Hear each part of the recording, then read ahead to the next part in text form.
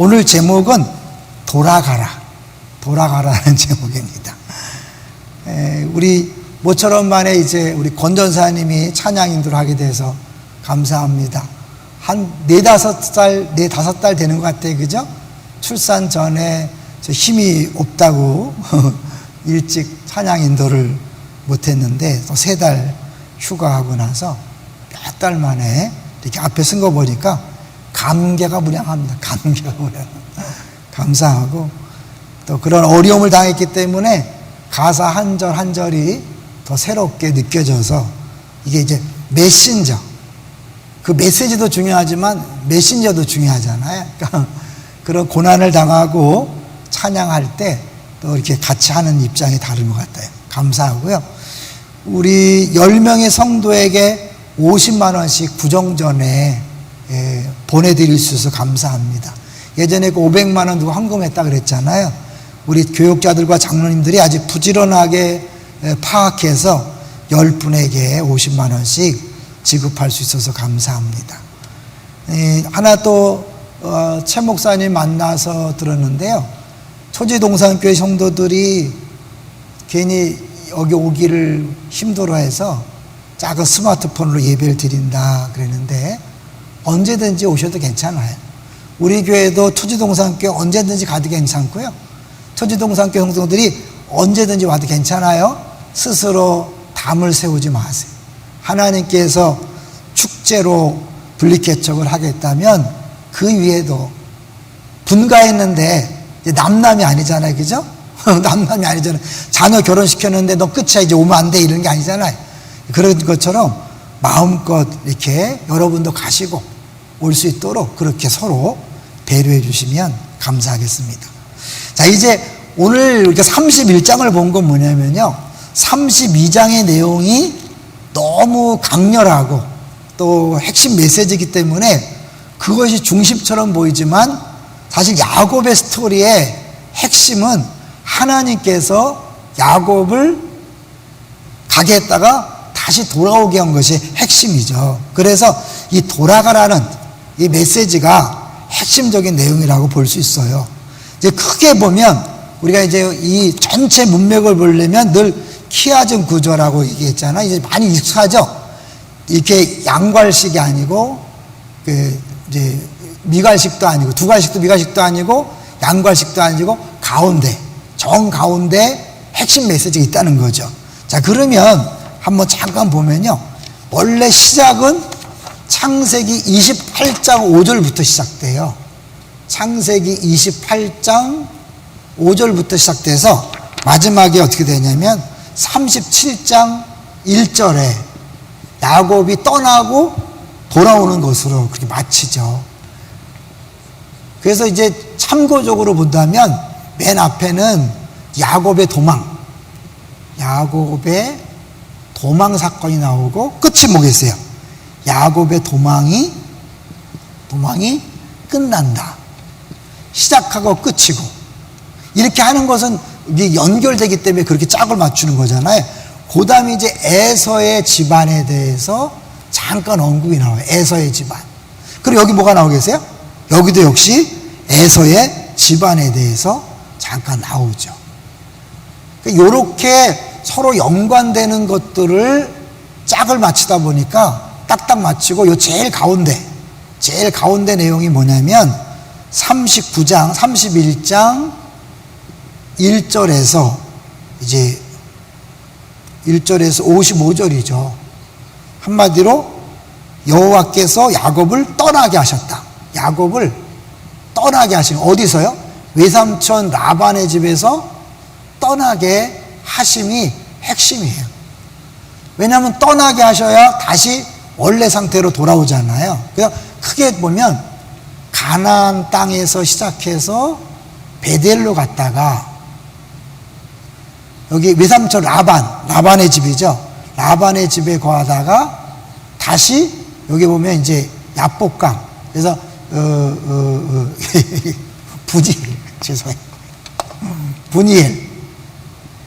분이엘로 가고 다시 가나안 땅으로 오는 거죠. 제가 주일날 4개의 그림 했었죠. 베델에서 다시 엘베델이다. 베델의 하나님, 돌아가는 거죠. 그 사이에 이제 이스라엘하고 분이엘이 있다. 그래서 L 시리즈를 했잖아요. L 시리즈. 그래서 이제 오늘은 이 떠나게 하시는 그 부분에 나타난 하나님의 뜻과 지난 주일날 했던 것을 좀 더 깊이 나눠보려고 그래요. 왜 하나님께서 야곱을 떠나게 하셨죠? 여기서 마냥 살 수 없으니까. 그런데 그 떠나게 하시는 방법이 뭐냐면 라반의 안색을 변하겠다 그래요. 한번 보죠. 라반의 안색을 변하겠다. 오늘 본문에 31장 2절을 보세요. 31장 2절 시작. 야곱이 라반의 안색을 본즉. 왜 중요할까요? 분이엘의 얼굴, 분이엘 하나님 얼굴이잖아요. 그리고 결국 야곱은 평생 집을 떠나기 전에도 늘 아버지 이삭의 얼굴을 살폈을 거예요.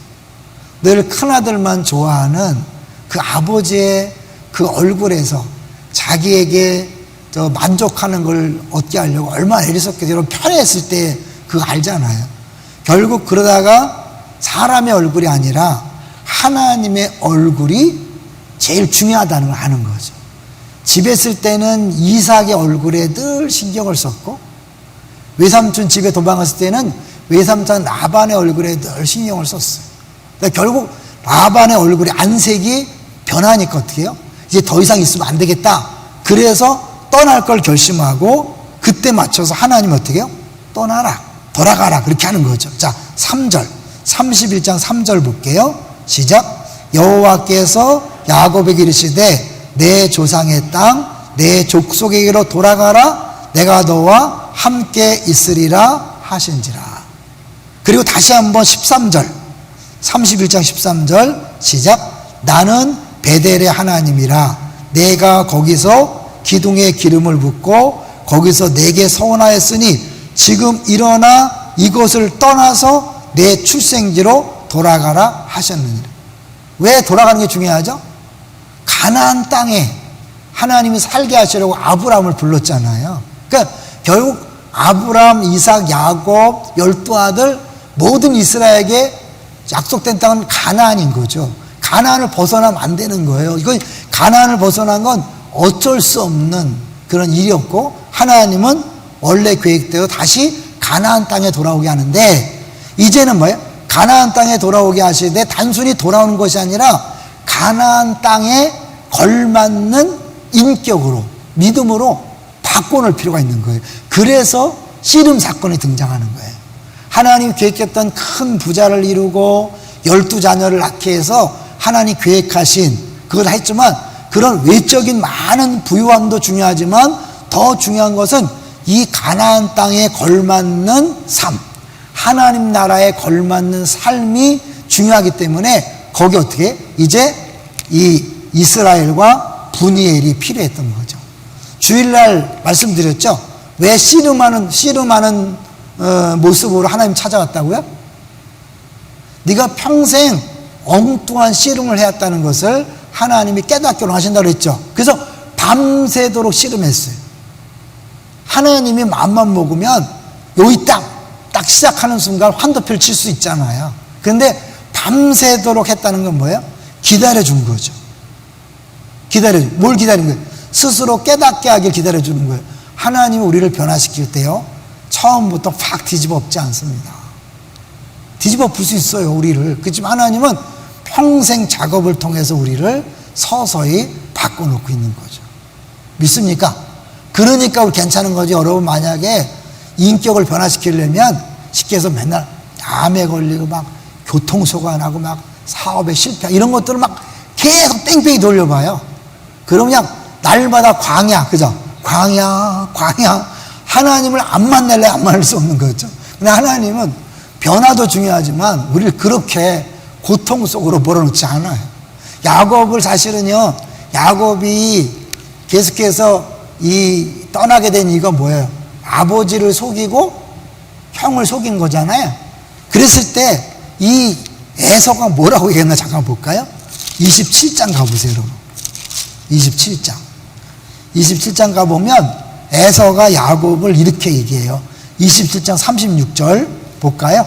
36절 시작. 에서가 이르되 그의 이름을 야곱이라 함이 합당하지 아니하니까 그가 나를 속임이 이것이 두 번째이니이다.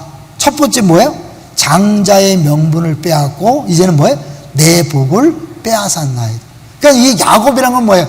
빼앗는 존재, 속이는 존재, 악착같이 자기의 뜻을 이루는 존재가 야곱이에요. 전체적으로는 야곱 이야기를 성경에서 학자들은 뭐냐면 성화에 관한 얘기라고 얘기해요. 하나님이 택했어요. 언제 택했죠? 엄마 뱃속에서 택했어. 선택한 사람이에요. 그렇지만 그 선택을 끝나는 게 아니라 하나님 선택한 백성을 하나님의 뜻에 맞는 사람으로 바꿔가는 것이 성화 작업이거든요. 우리도 마찬가지예요.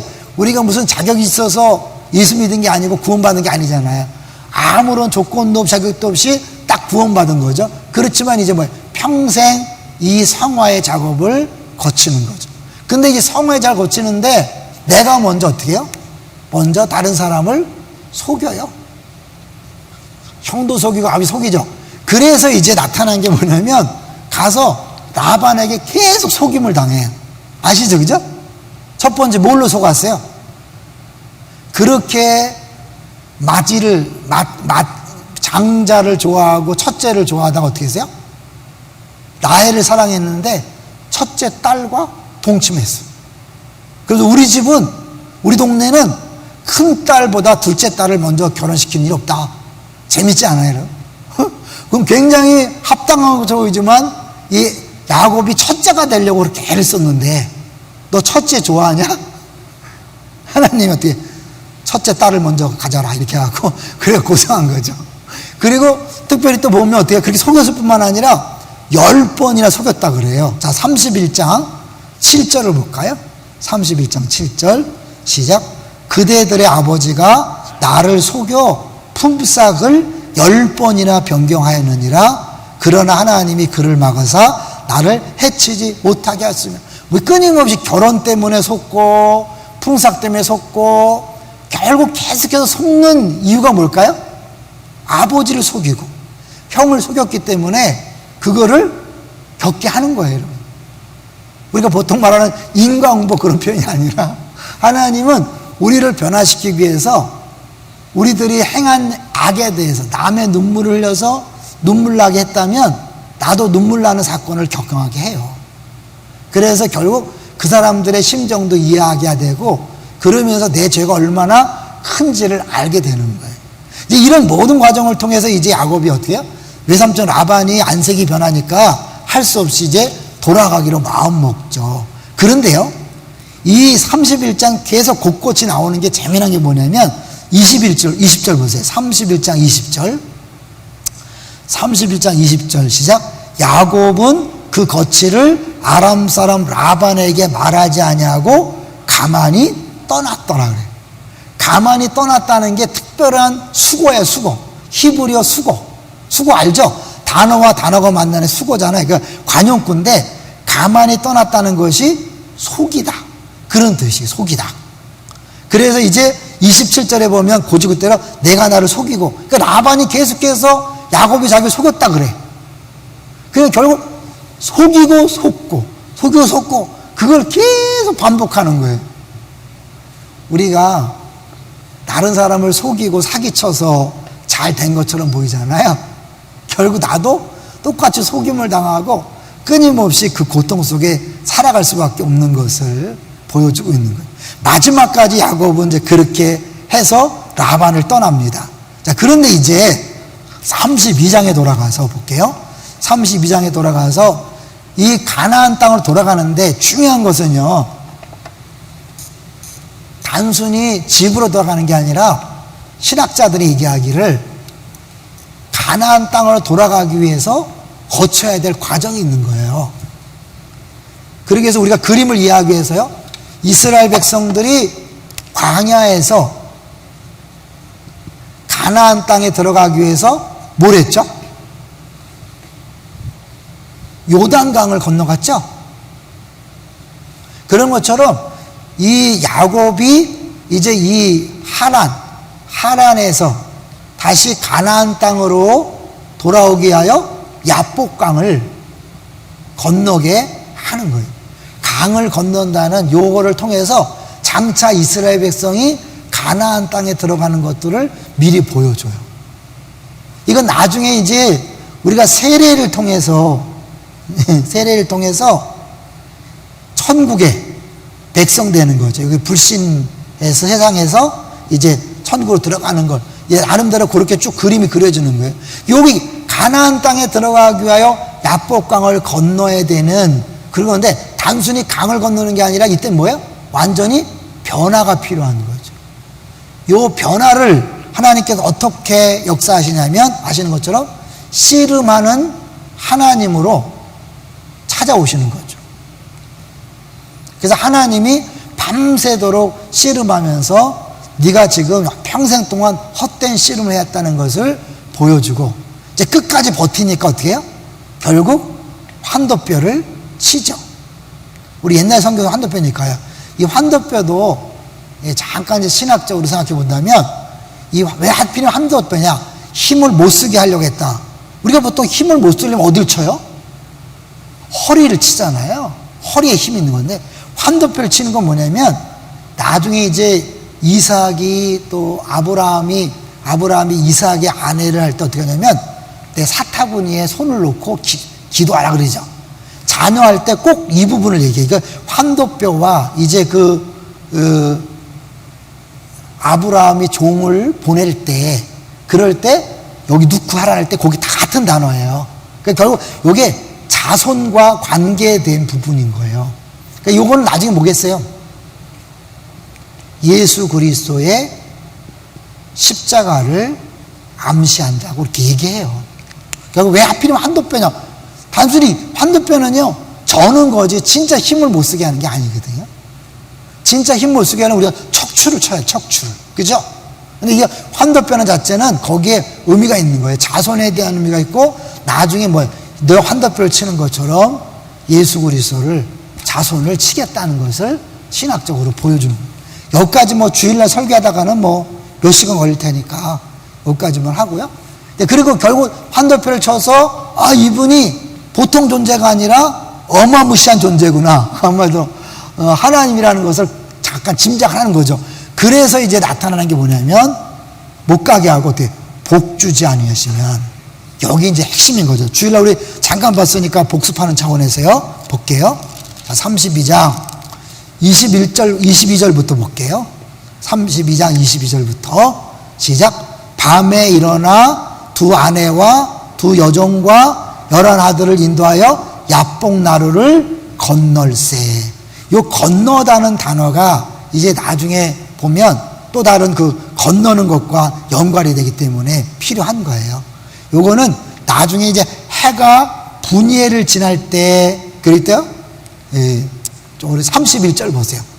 건너다는 단어와 31절 그가 분이엘을 지날 때에 요 건너다는 단어와 지날 때의 단어가 같은 단어예요. 너무 어렵죠? 그냥 듣기만 해요. 이게 그러니까 보통이 아니라 굉장히 치밀한 구조로 성경이 쓰였다는 것만 여러분이 염두에 두면 좋겠어요. 그러니까 강을 건너는 게 굉장히 중요해요. 건널세 23절 시작. 그들을 인도하여 시내를 건너가게 하며 그의 소유도 건너가게 하고 24절 야곱은 홀로 남았더니 어떤 사람이 날이 새도록 야곱과 씨름하다가 참 이상한 건 뭐냐면 건넌다고 얘기해 놓고 나서 홀로 남았대. 건넌 거야 안 건넌 거예요? 성경은 애매모호하게 해놨는데 신학자들은 뭐냐면 그 애매모함도 의도가 있다는 거예요. 하여튼 그렇게 신학자들이 얘기를 해요. 하여튼 이렇게 건넜는지 안 건넜는지 모르지만 어쨌든 야복강에 홀로 남았어요. 근데 야복강이 중요한 거 주일날 얘기했죠? 요 야복하고 뭐가 똑같다 그랬어요? 야복, 씨름, 야곱, 또 나중에 포옹. 요 네 개의 단어가 거의 발음이 비슷해서 워드 플레이를 한 거예요. 그러니까 야복강에서 씨름의 강인 거죠. 야곱이 하나님께서 하나 씨름하고 나중에 씨름의 결과로 에서가 포옹한다. 하나님이 그를 용납하는 것과 연관이 되는 거죠. 너무 많이 가서 죄송해요. 자, 그 다음에 이제 24절. 야곱은 홀로 남았더니 어떤 사람이 날이 새도록 야곱과 씨름하다가 25절 같이 읽습니다. 자기가 야곱을 이기지 못함을 보고. 말도 안 되는. 여러분이 중요해요. 하나님이 야곱을 이기지 못한다. 말 돼야 안 돼요? 말 안 되는 거예요. 이 부분만 집중적으로 얘기하고 마치려고 그래요. 이기지 못한다. 하나님이 어떻게 사람을 이기지 못해요? 말도 안 되는 거죠. 그러니까 결국 뭐예요? 하나님이 이기지 못하는 게 아니라 뭐예요? 이기지 않으시는 거죠. 우리 아내랑 얘기하다가 그런 얘기를 했어요. 자식 이기는 부모 없다. 거기서 이기고 주는 건 힘의 문제가 아니잖아요. 사랑 때문에 져주는 거죠. 하나님이 야곱을 얼마든지 이길 수 있어요. 한 방에 환도뼈가 아니라 그냥 한 방 치면 끝나는 거예요. 박살 나는 거예요. 빗 맞아도 한 방이잖아요. 그런데 하나님께서 이기지 않고 어떻게 해요? 단순히 환도뼈만 침으로 말미암아 치명상이 아니에요. 환도뼈 쳐서 끝까지 저는 자로 남죠. 여러분 성경을 자세히 보시면 이제부터 계속해서 성경에 저는 자라는 표현이 나와요. 그건 뭐냐면 이스라엘에 대한 상징적인 표현이에요. 이걸 볼 때마다 뭐예요? 아, 이것은 하나님이 이기지 못한 게 아니라 이기지 않으시고 어디 보면 스스로 패배하심으로 승리하시는 모습을 보여주는 거죠. 뭐예요? 만약에 이겼다면 야곱은 죽는 거예요. 근데 하나님이 왜 씨름이 나타났어요? 야곱을 얻기 위해서, 야곱을 변화시키기 위해서 씨름을 걸은 거잖아요. 그러니까 야곱을 죽여버리면 하나님은 끝나는 거, 목적이 사라지는 거예요. 그러니까 하나님의 궁극적인 목적은 야곱의 변화지 야곱을 죽이는 게 아니잖아요. 그러니까 야곱을 죽이고 승리해갖고 막 이겼다 그러면 안 되잖아요. 그러니까 하나님은 패배함으로 승리했는데 이 승리가 뭐예요? 야곱을 얻는 거죠. 야곱의 변화를 얻으신 거예요. 잘 생각하세요. 패배함으로 승리하셨다. 패배해서 진 것처럼 보이지만 하나님의 원래의 목적인 야곱의 변화를 이루셨다. 이게 이제 예수님의 십자가로 나타나면 어떻게 해요? 십자가는 뭐예요? 분명히 패배예요. 패배지만 이걸 통해서 뭐예요? 뭘 얻었어요? 승리. 우리에 대한 구원을 얻었잖아요. 영어로는 그래서요, 구원을 윈이란 표현을 써요. 누구를 구원한다 그럴 때 윈이란 표현을 쓰거든요. 결국 우리가 예수님이 진 것처럼 보이지만 결국 우리를 얻는 승리를 하셨단 말이에요. 만약에 예수님께서 왕으로 오셔서 승리한다면 승리는 하지 못하지만 우리 다 죽는 거예요. 하나님이 사람 몸으로 오셔서 패배했기 때문에 우리가 구원받을 수 있는 것. 그것은 뭐예요? 하나님이 야곱에게 찾아와서 패배했지만 야곱을 변화시킨 승리를 얻었다. 원리 아시겠죠? 그리고 그것은 결국 뭐예요? 우리들에게도 어떻게? 너희들도 지는 싸움을 해라. 내가 질 때 그 지는 패배가 곧 뭐예요? 승리. 승리는 뭐예요? 상대방을 얻는 것. 남편한테 지면 나는 졌지만 남편을 얻는 거예요. 자녀한테 지면 나는 졌지만 자녀를 얻는 거예요. 우리가 성도 간의 싸움에서 내가 양보하고 지면 패배한 것처럼 보이지만 그것은 뭐예요? 상대방을 얻는 승리라는 거죠. 이해되시죠? 굉장히 원리인 거예요. 하나님이 넉넉히 이길 수 있음에도 불구하고 하나님이 기꺼이 패배하심으로 야곱을 얻는 승리를 하셨단 말이에요. 루징, 잃어버림으로 얻는 것이요 패배함으로 승리인데 이게 결론이에요. 그래서 결국 야곱을 얻었는데 야곱을 얻었잖아요. 야곱을 변화시켰는데 어떻게 변화된 거예요? 그전에는 나 중심으로, 철저하게 나 중심으로 내 방법으로 이겨먹으려고 그러고 찾으려고 했던 그 나 중심의 사람을 어떻게 이제 철저하게 하나님 중심의 사람으로 바꾸는 거죠. 그게 뭐예요? 복 주지 아니하시면 안 보냅니다. 예전에는 이겨먹으려고 붙잡았지만 이제는 어떻게 해요? 환도뼈를 망한 다음에 복 주셔야 돼요. 떠나면 안 돼요. 애들이 다 필요 없어요. 엄마는 나한테 있어야 돼 하는 것처럼 이제 진짜는 뭐야? 하나님 외에는 아니구나. 내가 그렇게 막 속이고 노력해서 재산을 얻고 양떼를 얻고 막 했지만 결국 에서 앞에서 아무것도 아님을 경험했잖아요. 내가 노력한 수고한 모든 것들이 지나고 나니까 헛되고 헛된 거예요. 그래서 결국 얻은 게 뭐예요? 아, 하나님에는 없구나. 전도서의 결론 아시죠? 헛되고 헛되니 헛되다. 청년이 젊은 날에 여호와를 경외하는 것, 아는 것이 지혜의 근본. 결국 이 야곱의 철저한 자기 힘으로 자기 노력으로 살던 사람이 하나님 주님을 바뀌는 것, 그것이 하나님께서 원하시는 야곱의 변화였고, 그 야곱의 변화를 얻기 위해서 하나님은 기꺼이 지시는 하나님으로 온 거죠. 이거는 결국 뭐예요? 우리들이 하나님 나라에 합당한 사람은 누구예요? 어린아이 같이 낮아지지 않으면, 철저히 의지하지 않으면 하나님 나라에 합당하지 않다. 연결이 되나요? 결국 신앙생활은 뭐냐면, 내가 해보겠다, 내 힘으로 내 노력으로 하려던 것을 포기하고 전적으로 주님 외에는 방법이 없습니다, 주님밖에 없습니다라고 고백하는 거예요. 자, 그것이 팔복에는 어떻게 나타나죠? 팔복과 연결되나요? 땅에 대한 것, 땅에 대한 팔복 내용이 뭐예요? 온유한 자는 복이 있나니 땅을 기업으로 받을 것이요. 온유하면 땅을 차지할 수 있어요, 없어요? 안 돼, 싸나와야 차지해요. 근데 하나님 나라 원리는 온유라는 건 다른 말로 충성이에요. 많이 들었죠? 길들여진 맹수다. 철저하게 주인에게 복종하는 것이 온유함이에요. 그냥 부드러움이 아니에요.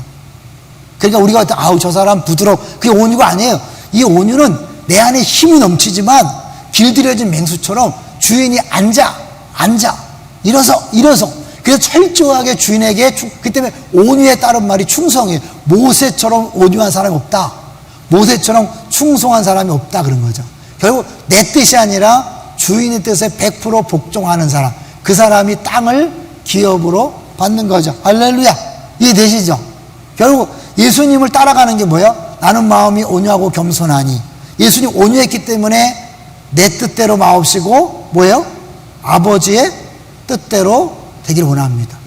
철저하게 온유가 뭔지를 보여주시고, 그 지는 것이 무엇인지, 그 지는 것으로 얻는 것이 무엇인지를 보여주는 것이, 예수님이 그것이 팔복에 나타나는 거잖아요. 세상 나라는 끊임없이 내 주장을 펴고 내가 앞장서고 꾀를 내고 내 지혜를 써서 살아가는 세상 나라예요. 하나님 나라는 정반대.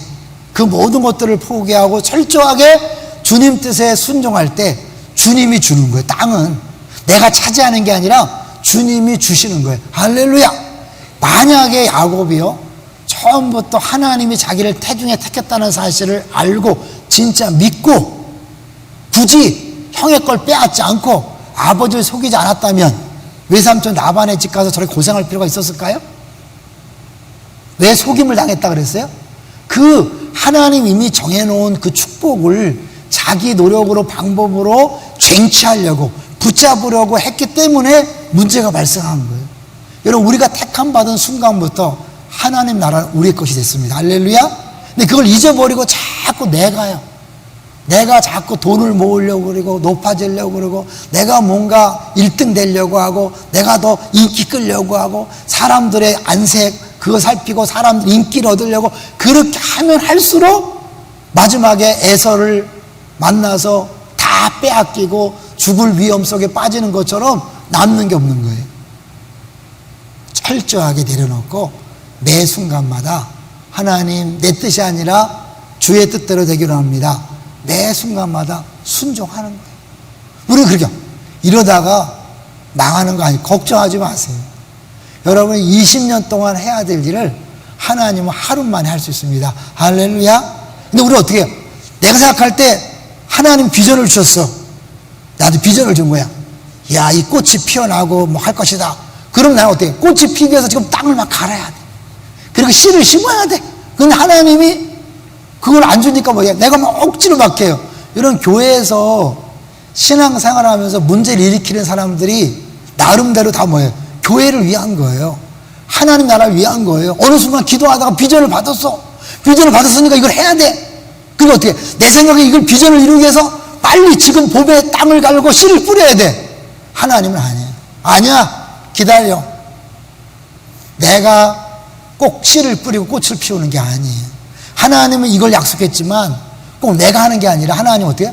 다른 사람이 씨를 뿌리고 심어놓은 꽃밭을 주려고 작정할 수 있는 거예요. 할렐루야. 근데 우리는 어떻게? 내가 기도하고 받았으니까, 비전 받았으니까, 하나님 주신 사명이니까 내가 해보겠다. 이게 야곱의 모습이에요. 야곱의 씨름이에요. 그걸 하나님 어떻게? 너 나랑 씨름한 것이고 나랑 싸운 거다.